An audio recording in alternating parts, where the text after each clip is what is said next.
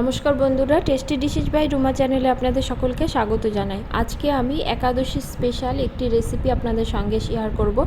এটি খালি একাদশী নয়, যে কোনো উপবাসেই কিন্তু আপনারা এই পায়েসটি করে খেতে পারবেন। আজকে আমার রেসিপি মিষ্টি আলুর পায়েস। এই মিষ্টি আলুর পায়েস করার জন্য প্রথমে আমি মিষ্টি আলুগুলো ভালো করে পরিষ্কার করে ধুয়ে ছুলে নেব, ছুলে নিয়ে গ্রেট করে নেব। এটা কিন্তু গ্রেট করে রেখে দিলে কালো হয়ে যেতে পারে, তাই রান্নাটি যখন করবেন সেই সময়ই কিন্তু গ্রেটটা করতে হবে। এবার কড়াটা বসিয়ে দেব, তাতে দিয়ে দিব বেশ কিছুটা ঘি, তাতে ফোড়নে দেব 2 থেকে 3টে এলাচ। এলাচটা আমি একটু থেতো করে দিয়েছি, এতে কিন্তু ফ্লেভারটা খুব ভালো আসে। এবার আমি এর মধ্যে মিষ্টি আলুগুলো দিয়ে দেব। মিষ্টি আলুটা দিয়ে কিন্তু একটু সময় নিয়ে ভাজতে হবে, এতে কিন্তু মিষ্টি আলুটা বেশ মজে আসবে।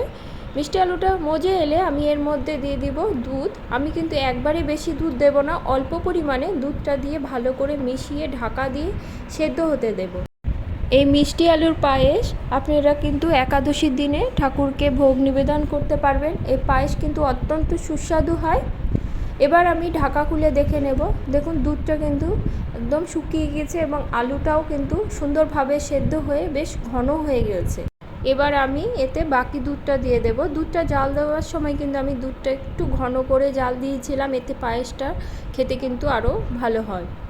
ভালো করে মিশিয়ে নেব। মিশিয়ে নিয়ে এতে দিয়ে দেব কেশর। কেশরের ফ্লেভারটা কিন্তু খুব ভালো লাগে, সেজন্য আমি পায়েসে দিয়ে থাকি। আপনারা যদি কেশরটা পছন্দ না করেন সেক্ষেত্রে স্কিপ করতে পারেন। এবার এতে দিয়ে দেব চিনি।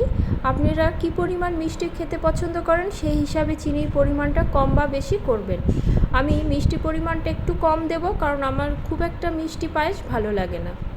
গ্যাসের ফ্লেমটা মিডিয়াম টু লোতে করে দিয়ে 5 মিনিটের মতো রান্না করে নেব। আজকে আমার এই পায়েসের রেসিপিটি আপনাদের কেমন লেগেছে কমেন্টে কিন্তু অবশ্যই জানাবেন। ভিডিওটি ভালো লাগলে লাইক কমেন্ট করবেন এবং সাবস্ক্রাইব করে পাশে থাকবেন। আমার ভিডিওর নোটিফিকেশান পেতে বেল আইকন কিন্তু অবশ্যই প্রেস করবেন। দেখুন, পায়েসটা কিন্তু আমার হয়ে এসেছে, বেশ ঘন হয়েছে, দেখতেও কতটা সুন্দর হয়েছে। এই রাঙ্গা আলুর পায়েস কিন্তু ঠান্ডা করে খেতে বেশি ভালো লাগে। আমি 1 ঘন্টার মতো ফ্রিজে রেখে দেব। ফ্রিজে রেখে তারপরে পরিবেশনের পালা।